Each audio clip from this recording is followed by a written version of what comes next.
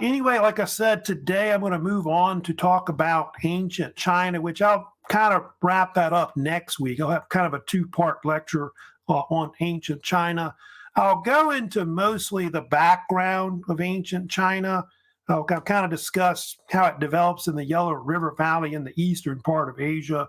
I will talk about some of the early dynasties. I'll get to and discuss a little bit about the Shang Dynasty. I usually talk about the Chou Dynasty as well. I'll also kind of talk about kind of like the early background of Chinese philosophies that kind of start in China, like Confucianism. You may have heard of Daoism, which was also both are still popular today in parts of East Asia. So if you have any comments, questions, during the live stream, do let me know.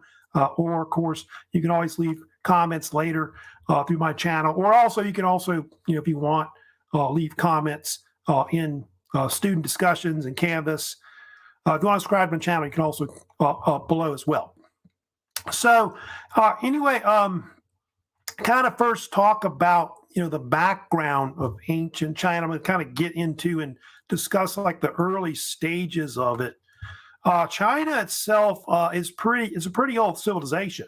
It's not quite as old, compared to say Mesopotamia, but using the dating of ancient China, somewhere between 6 to maybe as far back as 8,000 BC. So 7,000 might be a good average of how old it is.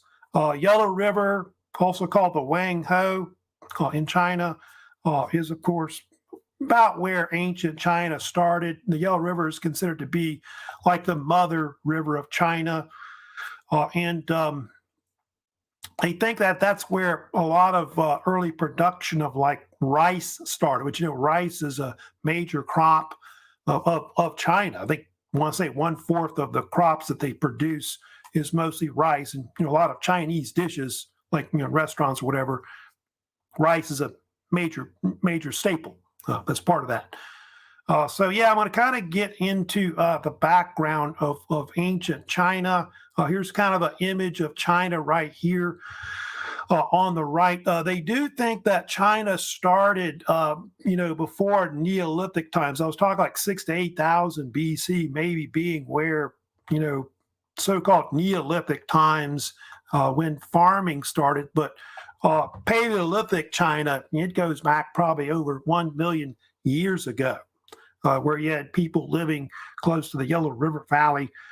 And we talked about Peking Man before, I think, which was that famous Homo erectus fossils that were found along the Yellow River close to about the 1920s in modern China. And so, yeah, they think early humans were living that far back, of course, in parts of Asia. But the first written records don't really start about 13th century BC. So that's kind of, the early stages of China a long time ago. But farming, like I told you, starts about, close to about 8,000 to 10,000 years ago. That's roughly when it began.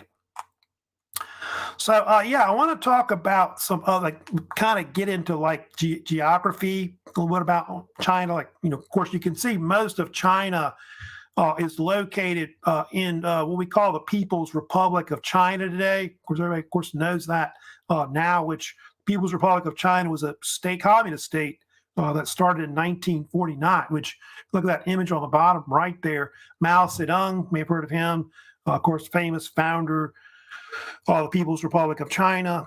Well, more like a socialist state that's now got capitalism. And there it is, of course, People's Republic of China, which is famous red flag you see right there. China's kind of situated, you can see in that map, between, like, to the west, you've got like India, Kazakhstan, and Pakistan. The south, you've got like Southeast Asia. To the east, you've got like the Korean states, North, South Korea, Japan, Taiwan. And to the north, you can see Mongolia and Russia. So you kind of see it situated kind of in East Asia, would basically be about where it is. Kind of show you a map of China itself right here. Most of they think like ancient China a long time ago developed kind of like around the Yellow River or Wang Ho, as they called it, the eastern part of Asia, close where the East China Sea is, in the Yangtze River. So that area right there, it's about the region of where ancient China got started. And there's an area that's kind of like in that circle right there. They call it the North China Plain. It's kind of like situated like around where Beijing is, going all the way down to where the Yangtze River is. And that was actually like a type of alluvial plain where China mostly developed, which was due to silt deposits from primarily the Yellow River over time, which built up a plain there, which is very fertile, of course. And of course, they grew a lot of crops there. And so in that region is where you get a lot of the early states of China, like the Shang dynasty, I'll get to later, in the Chou dynasty, et cetera, all kind of start in that area of that region. But if you go back to that map I was showing you right here, there's other features of China that are kind of important too, that help to isolate it and create, what would be a unique Chinese culture, which, to the west, you can see they've got a lot of deserts and mountains that kind of block people from coming in. Gobi Desert, of course, most famous desert up there at the Sahara, in the world. Gobi Desert is kind of situated, you can see, between Mongolia and northern China. It's about 500,000 square miles in size, the Gobi Desert. It's not really till the Huns and others kind of get horses and things like that. They're able to kind of come down and attack China, Mongols later too. And Mongols and the Huns are kind of related. And that forced the Chinese to build the Great Wall of China to block them with a huge, fortification. But you got other mountains like the Altai Mountains are in the kind of northwest, close to Mongolia. Kilian Mountains. You got the Kunlun Mountains, you can see. They also got the Himalayas and the Tibetan mountains, or Tibetan Plateau. It's called different names. But they got like mountains all over the place that kind of block people from really getting in. There's also that other desert too, Taklamakan Desert. Is another desert that's kind of to the western part of China too. That's kind of situated between two mountain ranges. So it's kind of showing you a map, but you can see like the rivers of China, the Yangtze and the Yellow flow west to east across China. And they kind of empty into, like, the Yellow River empties into the Yellow Sea, and then the Yangtze empties into the East China Sea. And by the way, those two rivers, the Yangtze is the longest river in Asia, also in China. It's about 3,900 miles long. And then the Yellow River, it's also called Wang Ho, is the second longest river in Asia and China. It's about 3,400 miles, to kind of give you an idea. And I think I've got another map I thought I had that kind of shows more of the geographic features. We can see like the Tibetan Plateau to the west and the Himalayas kind of blocks people from really coming in to China. So kind of hard to get in. Of course, a lot of deserts too to the west. You can see China's more fertile in its eastern southern part, where, of course, they grow a lot of crops in that region. And to the east, you've got Yellow Sea, Pacific Ocean, all that as well. Now, crops in China, that's, of course, something else. The Chinese, of course, have all kinds of crops that they grow agricultural-wise.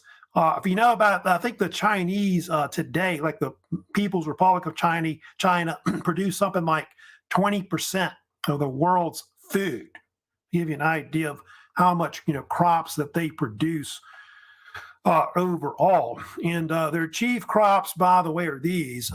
Most of their crops they grow are grain crops, which I think most countries in the world do that mostly overall. But the two most famous that went back to ancient times is millet and rice. Millet's more of a grain crop that's grown in arid or drier conditions. Obviously, rice, you got to grow in more wetter conditions. Like a lot of that in Southeast Asia, they grow a lot of rice. But also modern China has a lot of other grains like wheat and corn, sorghum, barley. I think rice and corn. Yeah, rice and corn are their two main crops they grow the most in China. Tea, of course, China produces the most tea in the world. I think that's India after that. Second, potatoes, of course, cotton, sugarcane, which sugarcane they think originated that part of Asia as well. We grow a lot of sugarcane in Louisiana. I think Louisiana produces the most sugarcane out of all the 50 states overall, but it's nothing compared to what China produces with sugarcane. But yeah, I think rice and maize, or we call it corn, are their main crops. And then I think after that, it's wheat. I think it's pretty much the crops that they grow overall. So you can see kind of a image right here. So China is the world's largest producer of rice. So they produce the most rice overall.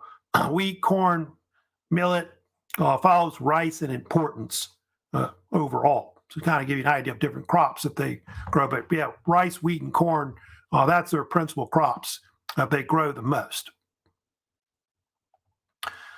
Yeah, let me talk about the Yellow River also as well. Kind of discuss, the river itself. Like that's, like I said, where China started, like around the Yellow River Basin, which is called the Wangho. It starts in the Tibetan highlands and then flows eastward across China, emptying into the Yellow Sea.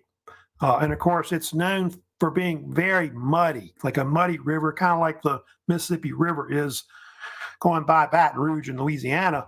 And it's known for having this yellow-brown soil or silt that's in it. That's called less.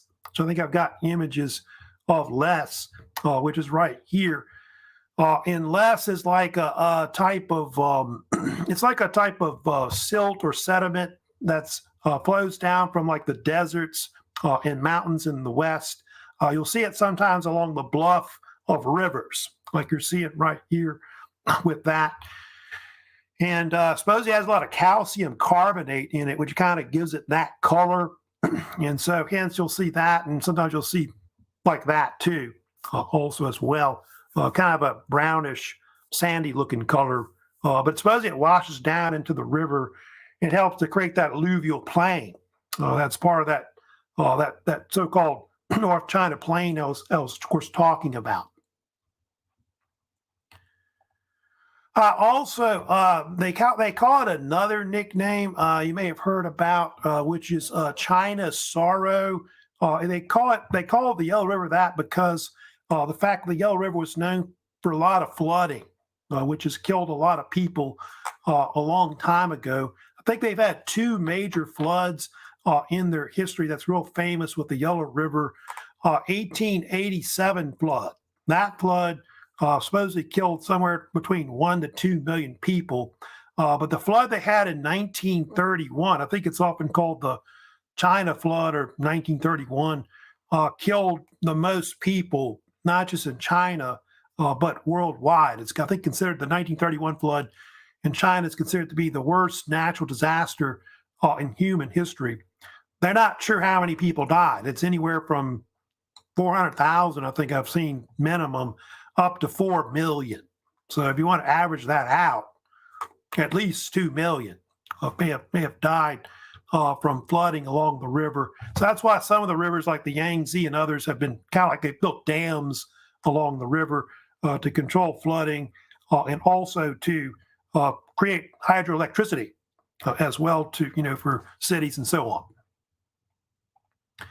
Yeah, so you have images like here. That's an image, of course, in 1931 in China where, of course, the Yellow River flooded as an example. And I think they had a nickname they sometimes called the Yellow River.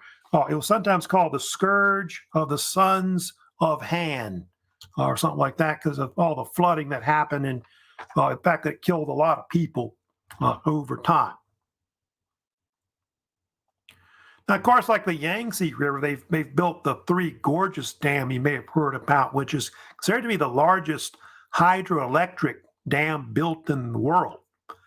So right there. And so, yeah, it's basically built downstream from the Three Gorges Canyon along the Yangtze River. So it's kind of considered one of the most famous dams that was built in the world. Also, I did want to talk about inventions. That's something else, the Chinese are kind of famous for. There's a lot of different inventions that kind of changed the world, not just in China, but, worldwide overall. And if you look at that image right there, some of the greatest inventions that the Chinese, of course, came up with, gunpowder, which, gunpowder was later used, for fireworks, weapons like guns, cannon. And so that would really revolutionize warfare, over time. The development of the compass, which I think that developed later, more in the Middle Ages, but the compass was an invention that totally changed the world, like with navigation of ships and so on. They think that Marco Polo may have introduced that to the West. Paper and printing. They were the first to make paper out of like tree wood, as an example. And then they also had the first printing presses that they developed in China as well. I forgot another big weapon they invented too, besides with gunpowder and all that later. The crossbow is a famous invention you may have heard of. Also silk. Silk is something famous, type of cloth made from the silkworm. Is another thing, of course, they're well known for. But yeah, you can see other inventions on the left, besides paint, paper, and ink, and things like that, printing and silk. The wheelbarrow, like variations of the wheelbarrow, may have been invented by them. Various aspects of like the decimal system were kind of developed by the Chinese. Abacus, it's on the left side, you can see. The water wheel, or variations of the water wheel, which water wheels are, you see that in the West too, going back to Egyptian, Greco-Roman times. They had variations of the sundial. They had astronomy, developed variations of paint, like paint and glass and things like that. Pottery wheel, porcelain. Porcelain, of course, we call China, that's something they're very famous for. Paper, money. Of course, we talked about the compass.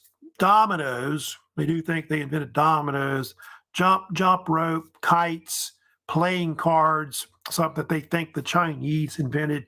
The folding umbrella, that's definitely something the Chinese invented. Crossbow just talked about.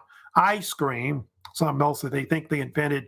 Other things, I think the donut and I think the noodle, those kind of things like food things. There's a lot of different food things that, of course, they invented. One thing they didn't invent, by the way, in China was the fortune cookie. It was developed by Chinese Americans, I think in New York or something like that, like in restaurants, and like in America. That was later, but that's kind of, you think of fortune cookies or whatever. But anyway, yeah, those are all kind of different kinds of inventions that they're kind of known for, innovations that kind of, changed the world. But yeah, gunpowder, compass, paper, and printing, I think those might be the most influential, probably overall. All right, yeah, I want to get in next. I want to talk about the Shang dynasty that comes in. This is considered like one of the first major dynasties that rules over China, which they think it kind of dates back to close to about the 16th century overall. 16th century to the 11th century is about when they lived. And it is considered the second longest dynasty in China's history. The longest I'll get to later is called the Chou dynasty, which reigns afterwards. And the Shang and the Chou were dynasties that were ruled by kings. They didn't have emperors yet until that emperor they talked about, Qin Shi Huang, comes in and creates a Chinese empire. And it had a nickname. It was sometimes called the Yin dynasty because they had a capital that was called Yin, or also called Zhou, either one. And the ruins of it are located in Anyang in China, a major city in China. And so they call it that name too, either Shang dynasty or Yin dynasty, either one. Here's an image right here about where it was. So you can see on the right there in that map, that's about where the Shang dynasty was, which it was based around the Yellow River Basin. You can see that Chinese dynasties go back, they think, 3,600 years. So, you go back to like the 16th century up to like the 20th century. I think the last dynasty, ended in the early 1900s with the Qing dynasty, of course, being eventually abdicated. Last emperor abdicated, and so yeah, Shang, Chou, Qin, Han, Tang, Ming, Qing. I think those right there, not all of them, but those are the chief ones that are considered to be the most famous ones in ancient China. But like the ones like from the emperor, like from the Qin dynasty or Qin dynasty, that one, of course, is where you have emperors up to like I think 1912, when the last emperor of China stepped down. But all that before that, Shang and the Chou, they're all, of course, had kings. There is this political theory they sometimes talk about, which is the mandate of heaven. You may have heard of it. I'll kind of talk about that more later when I get to the Chou dynasty, because they invented it. But the mandate of heaven was a political theory where it was believed that the kings and emperors of China ruled because of God in heaven. It's kind of similar to like divine right of kings, maybe in later modern Europe. But it's believed that the gods would decide what kings, what emperors in their dynasties would rule. And if the ruler was unjust, he could be replaced by a ruler that was more just. So that whole thing was like, is he keeping up the mandate of heaven, ruling properly and things like that? And so that's part of why there's a rise and fall of dynasties throughout China, because of some emperors coming in and they're not very good, and they get replaced by dynasties that are better. Let me get into, of course, there's the actual capital, of course, I was talking about, of what is the so-called Shang or the Yin dynasty. They think that was considered the first capital of China a long time ago, which it mostly was between the 4th and the 12th centuries BC. They may have had about 12 kings that ruled there at one point. It's kind of like an archaeological site that's in China today. And they do have records that they found there of a king that ruled going back to the Shang dynasty, whose name was Wu Ding, lived in the 1200s BC. He's considered the first Chinese ruler that they write about in ancient times, because like I told you, there's no written records before the 13th century.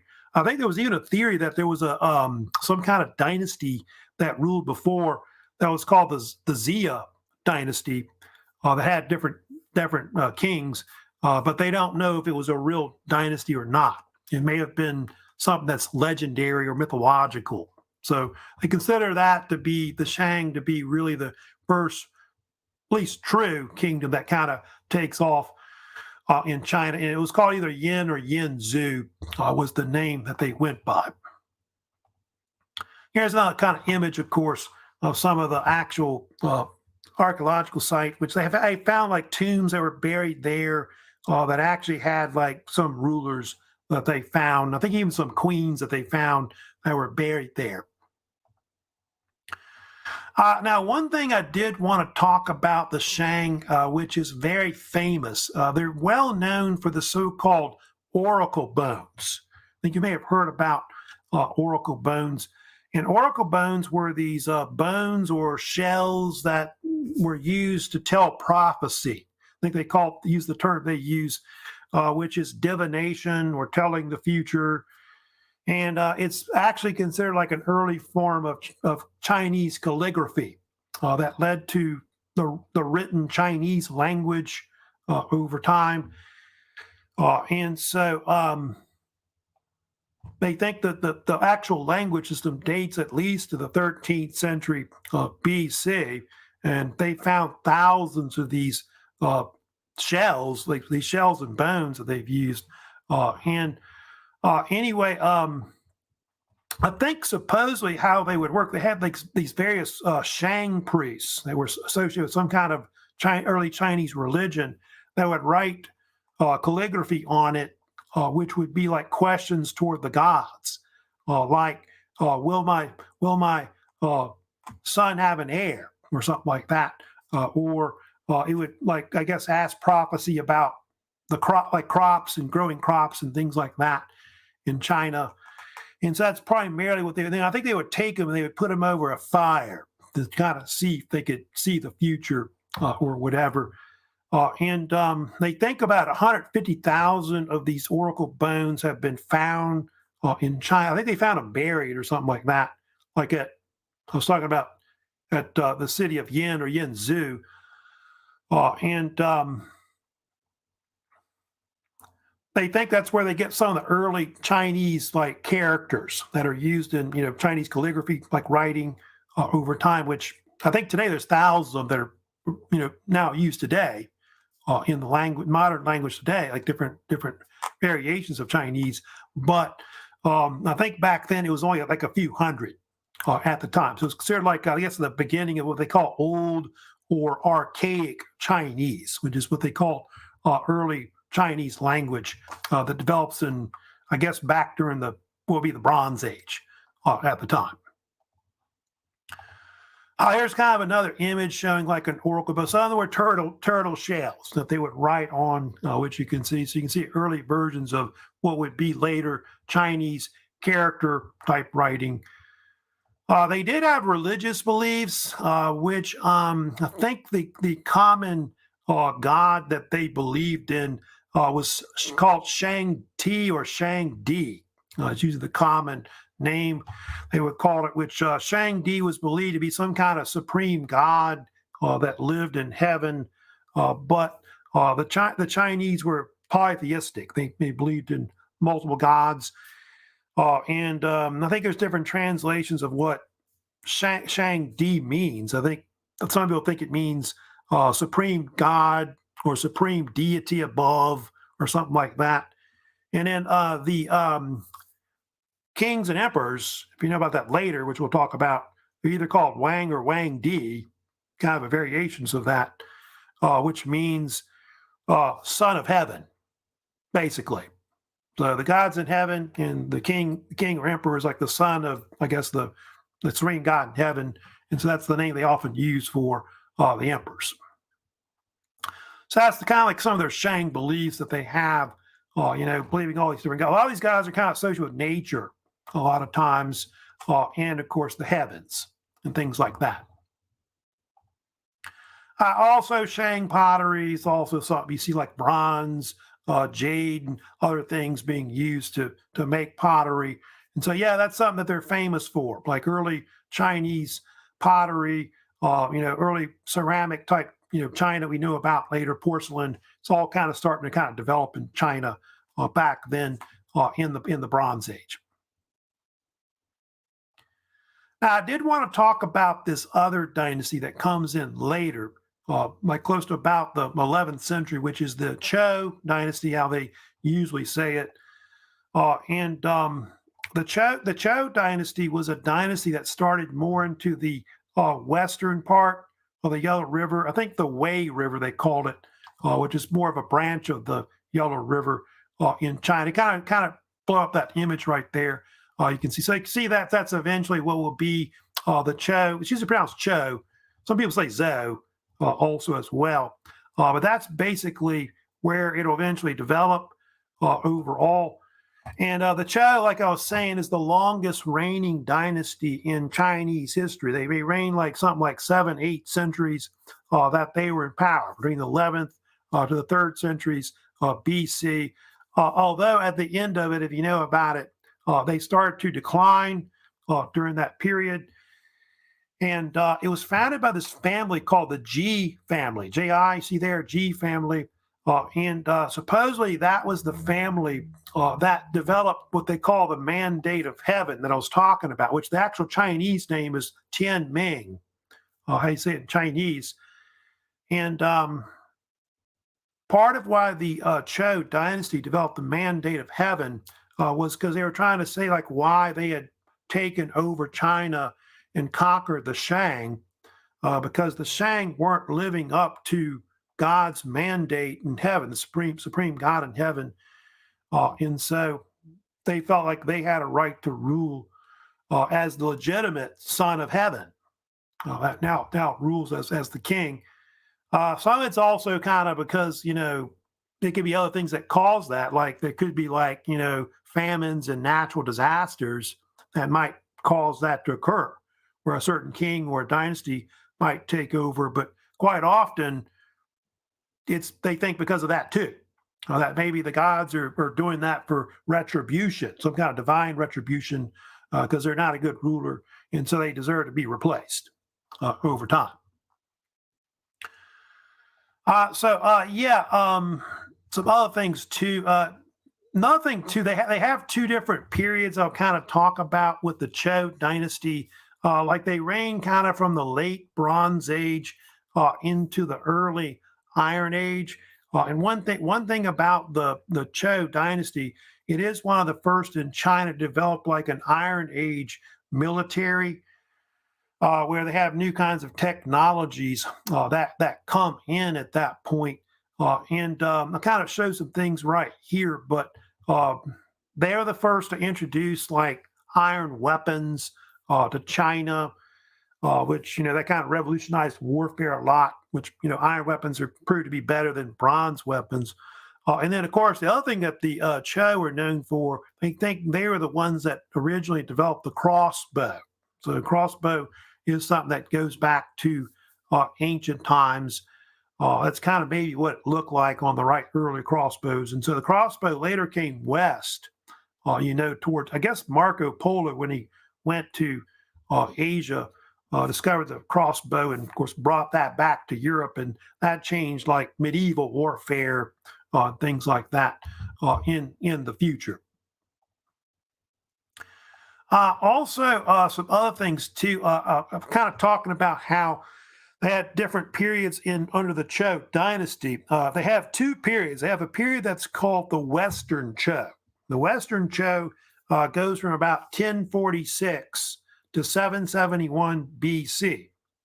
It's where the state kind of develops along the Wei River Valley, which is kind of a branch of the Yellow River. It's kind of like in almost the central part of China today. But what happened was their capital got sacked by these nomads, and they had a capital called Haojing. They abandoned it and they fled. The actual state pushed more to the eastern part, I guess the eastern part of the Yellow River Valley. And so you have this other period they call the Eastern Chou, which the dates on that you can see 771 to about 256 BC. That's more of an Iron Age state in China, which the state itself is famous for a capital called Luoyang, you may have heard of, which Luoyang is considered like one of the first major capitals in China, before like Chang'an, Beijing, and others that followed later. Or I think they also have like Nanking, I think was another capital at one point in China. And the Eastern Chou occurs during these two periods called the Spring and Autumn period and the Warring States period, which I'll kind of go into those two periods today and discuss a little bit. But like I said, the mandate of heaven, that's something that the Chou dynasty was known for developing. That symbol right there on that top right, next to the Great Wall, that's the symbol of the Ji family that originally created the actual Chou dynasty. I'll also talk about some other things too about the Chou dynasty. I need to, of course, talk about one big thing that's real famous about the Chou dynasty. The Chou is very famous for the so-called feudal period of China, because China goes through kind of a period for like eight or nine centuries where they have feudalism throughout the country, where there's kind of a hierarchy between the king, the various lords and vassals, and then all the peasants, which of course are on the bottom. It's kind of been often compared with medieval Europe somewhat, and it's called the Feng Jin system, and that's usually the order of who's in it. Usually you've got God in heaven, right? Like the supreme God we were talking about. Then you've got the king, or later emperor, is at the top. And these guys, all his lords that are under him. And then what they would do is, if you go to that image on the right, they also had the common people, which the common people were broken down into four different occupations. You got the Shi, which are like the landed gentry, basically, like kind of own some of the land. The Nong, which are like your peasant farmers. Your Gong, which are artisans and craftsmen. And the Shang, it's interesting name there, Shang, were people that were like merchants and traders. So that's how they broke down Chinese society back in ancient times, and kind of similar to later, I guess, of what it will be in China. And one difference between, they say, like going back to ancient, I guess, medieval China later, is that feudalism was not like in Europe. Like if you're say a merchant or whatever, it doesn't necessarily mean your son will be, because a lot of things, like I guess back in like medieval Europe, feudalism, a lot of times if you're like a peasant or whatever, like a serf, your son's a serf, your daughter's a serf, that kind of thing, but not necessarily within the feudal system. And even like the kings, the emperors later, doesn't necessarily have to be a nobleman. It could be, you have cases where a commoner will actually become a king or an emperor. I'll get to later, like the founder of the Han Dynasty was supposedly a commoner. So that's something that's interesting about their feudal system. So people on the bottom could still end up being, like a ruler. Oh, another thing they had too, you may have heard of, under the Chou dynasty in the feudal period, they had what they call the well field system. That was a system of land between, like, I guess, the lord and I guess the peasant farmers, where they would divide the fields up into 9 parts, where you've got, like, you can see there 8 private sections, and there's a public section. And what would happen is the peasants would basically grow crops for, like, their lord. Like that public area, that would be specifically for the lord to give him crops. And in the other land, which I guess still owned by the lord, they would get to grow the crops for themselves. So it's kind of similar. You see that, I think, also you do see that in medieval Europe too, that kind of system too, also being employed as well. And that's something that's kind of unique, I guess, during that time period. But the only bad thing about this feudal period is that it weakened the Chou dynasty over time, because you get these lords or overlords that kind of start taking over the country, and China eventually breaks up. Is one thing that's going to occur.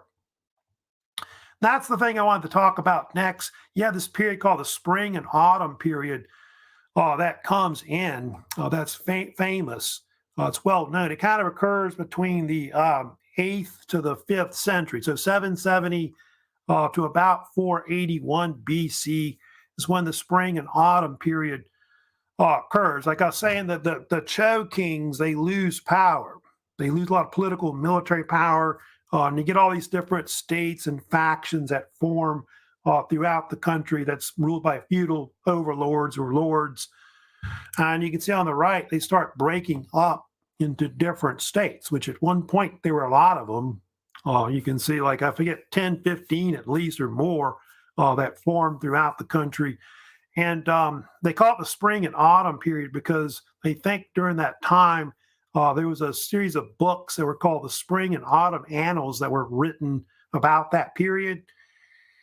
Maybe they think compiled by Confucius. They're not sure if that's true or not, but that's where the name basically came from. And so it's also the period where Confucius may have lived, and where early philosophy starts kind of developing in China a long time ago. But what's eventually going to occur is that you'll get this period coming in called the period of the Warring States, where you get all these different countries, these states that kind of fight against each other and compete for power to control China. And eventually, by the 5th century BC, you get 5 main states that vie for power: Qin, Qi, Chu, Yan, Han, Zhou, and Wei. Actually, it's really 7 they have not five, but there's like five of them that are like the major ones that were big, that were part of it. With the Ken and Chou, being the ones that are probably really the major ones.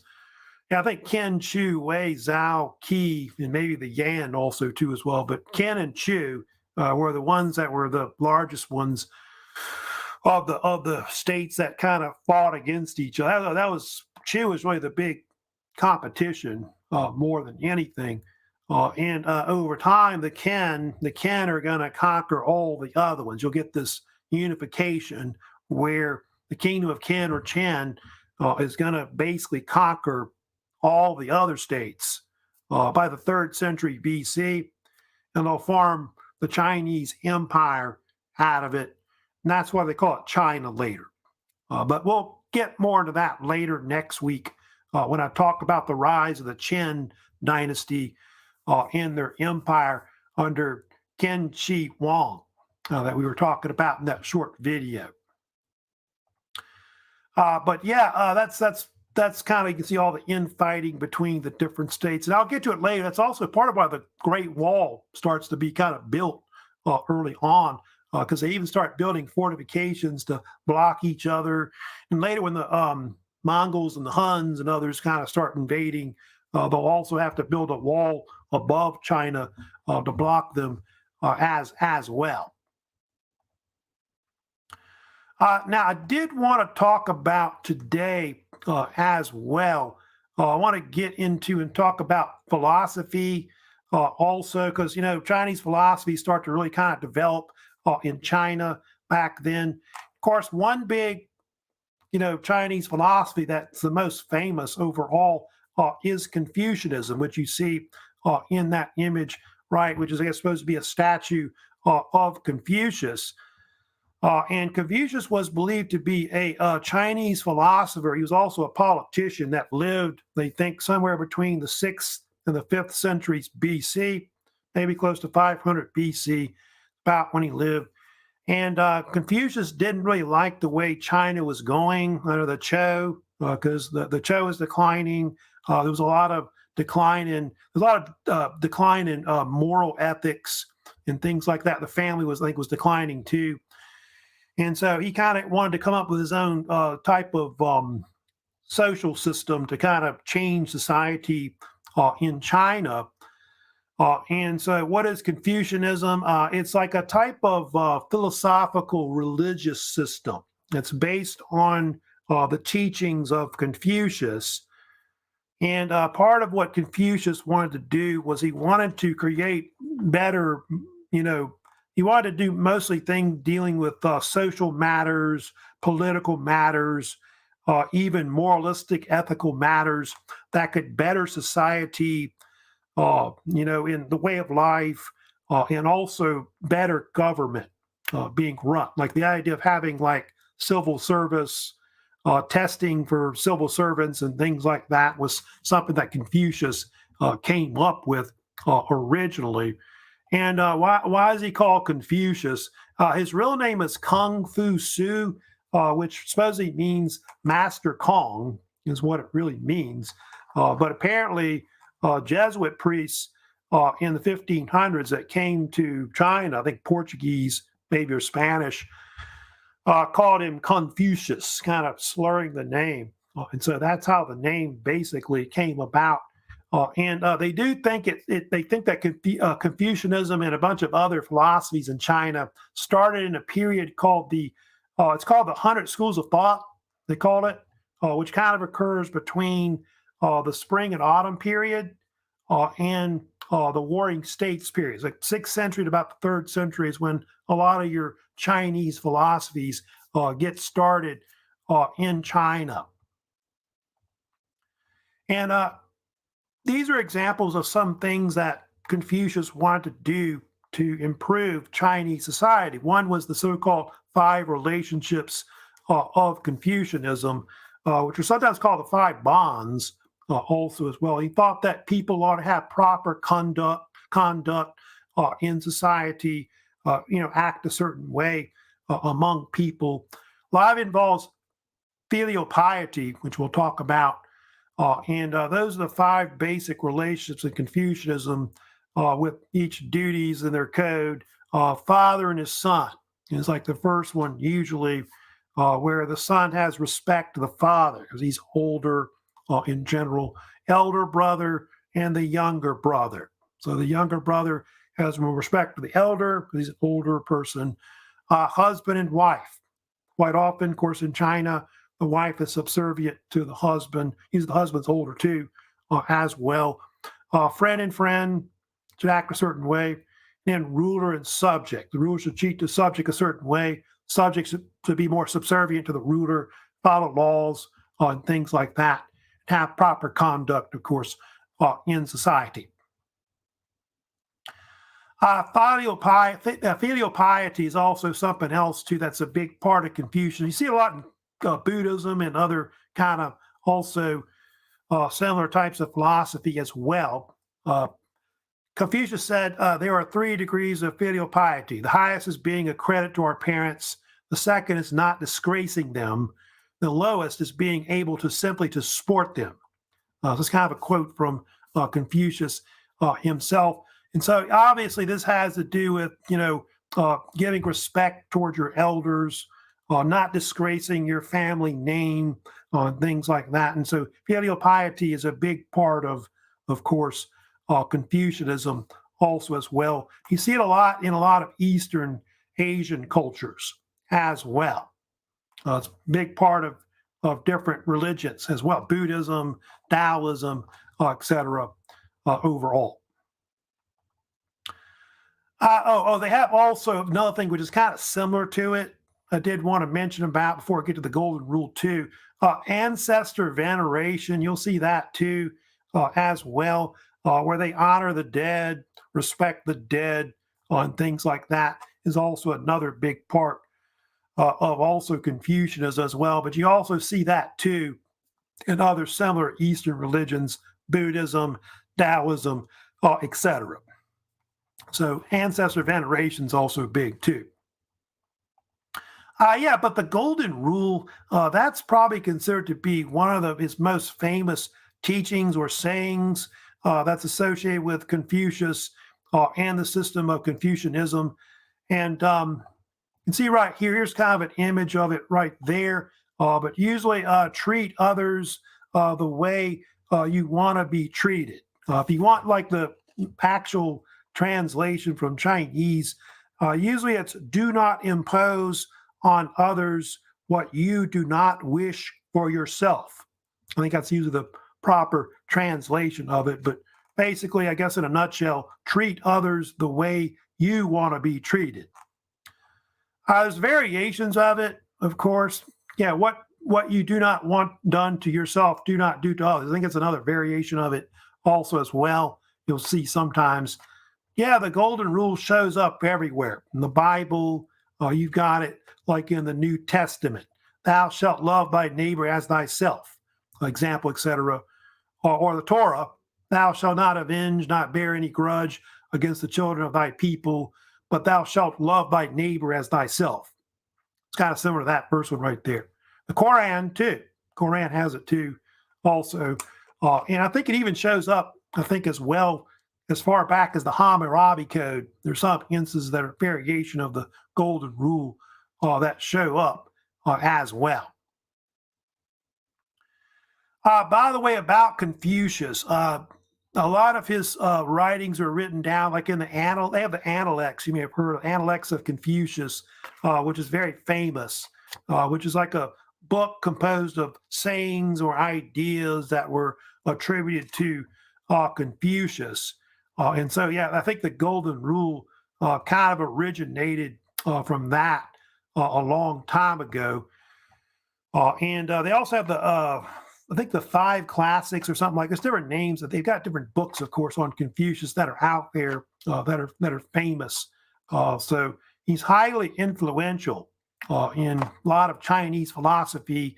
Also, I guess, influenced a lot of Chinese like folk religions and things like that as well that are in China.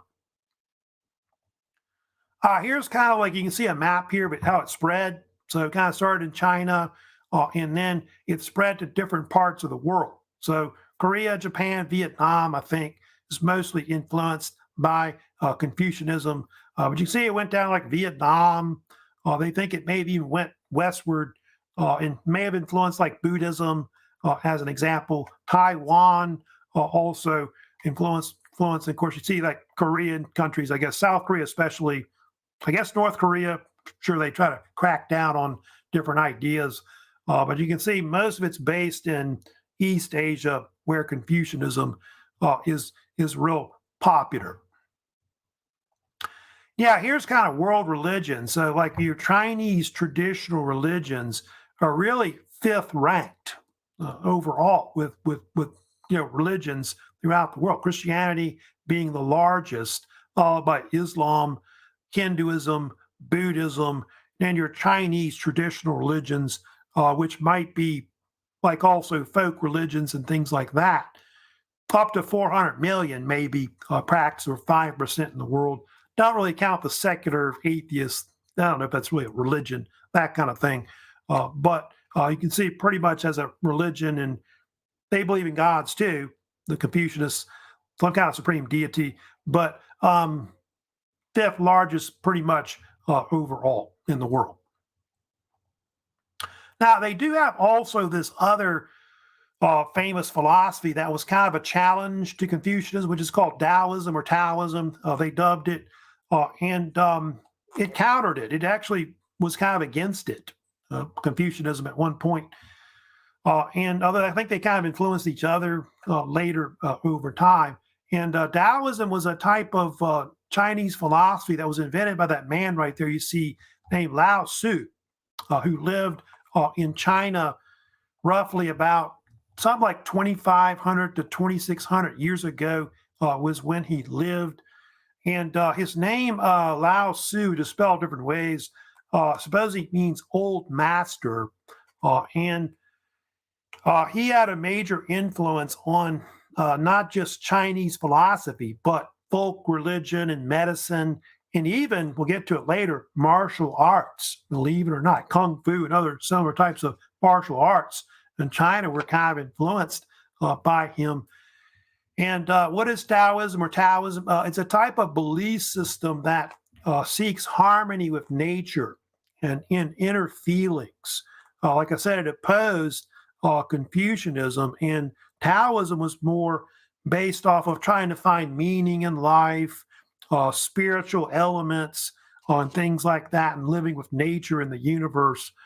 Compared to, let's say, Confucianism was more about society and living a certain way that would better everybody. And so it's quite different compared to, Confucianism. In fact, Taoists tend to be traditionally nonviolent. They kind of denounce it, believe it or not. It's kind of funny that martial art is kind of, influenced by it. And of course, one of the big things they talk about is water. The be like water is the famous quote. Of course, they would say, where water goes with the flow, but is unstoppable. That kind of thing. And a lot of the teachings of Lao Tzu were based from a book he wrote called Tao Te Ching, which means in Chinese, the book of the way or the book of the path.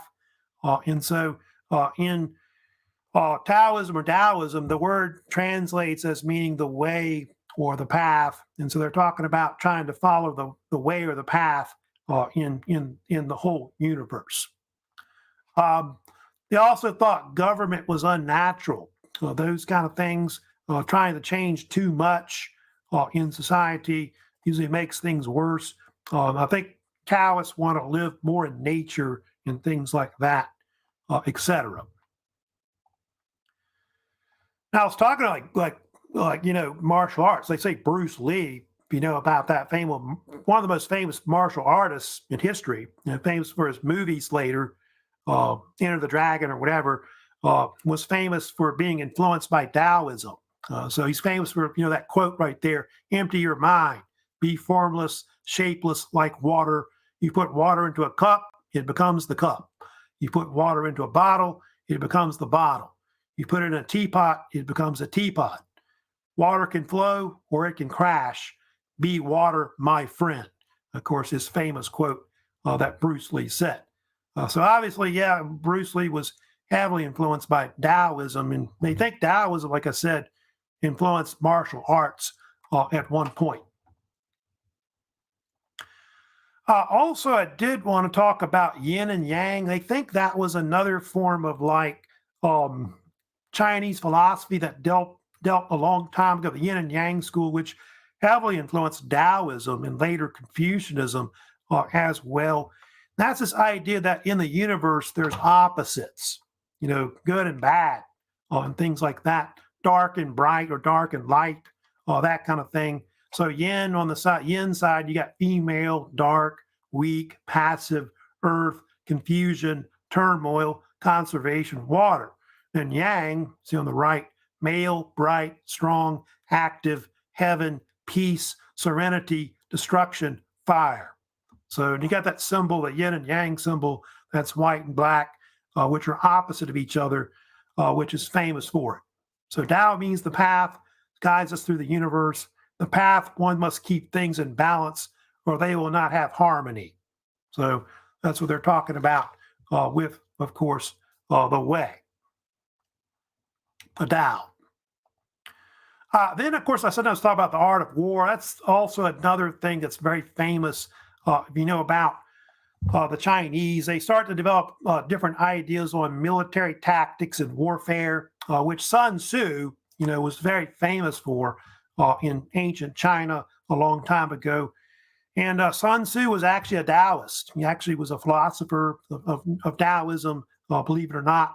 But he was also believed to be some kind of Chinese general that lived right before the Warring States period in China. It's kind of debate about when he lived. 6th century to 5th century is believed to be when Sun Tzu lived. And he's very famous for his book he wrote. At least they think he wrote it, which is called The Art of War. And The Art of War was considered to be one of the first major books that talked about military strategy and how to defeat an enemy on the battlefield. And they think it's credited by him, although it's kind of been debated about whether he wrote it or not. I think there's even a theory that one of his ancestors, I think his name was Sun Bin, may have actually written it instead. They're not sure. But it heavily influenced a lot of Chinese militaries and a lot of East Asian militaries like the Japanese and so on. And so The Art of War is a type of book that has influenced a lot of people militarily and even in the West as well. Now, there's some kind of quotes he would say: strategy without tactics is the slowest route to victory. Tactics without strategy is the noise before defeat. Or I think the one that's his most famous, you might have heard of: every battle is won before it is fought. So Sun Tzu, of course, heavily influential. They even think, of course, later, in modern times, a lot of people have taken Sun Tzu's writings. They've used it like in economics, like in the business world, and things like that. And so it's kind of influential, and even I think in politics, they've kind of used it also as well.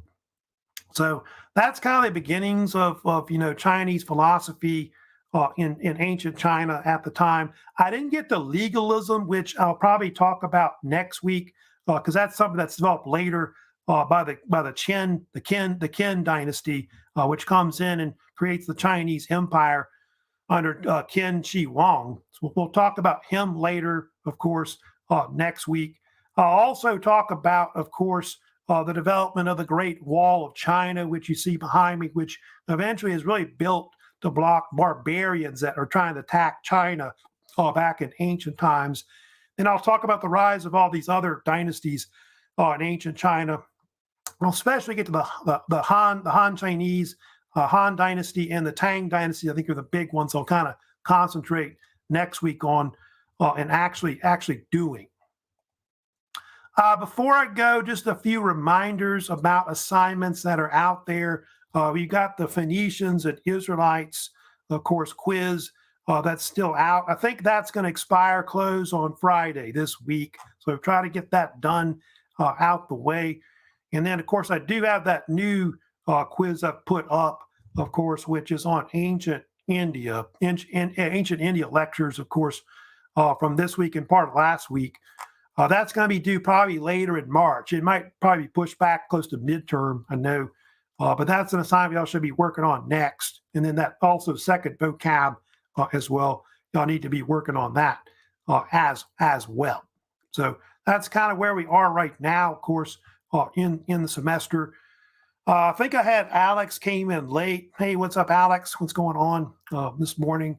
But looks like no questions, of course, right now, like major comments, questions. But like I said, if you have any comments, questions, of course, about any of the lectures, do let me know either on YouTube, of course, or also in Canvas discussions as well. Remember, if you have a question about the class, you can also email me as well. So y'all take care. Have a great rest of the week, and of course, another weekend, of course, coming up as well. So y'all take care and have a good one. Take care.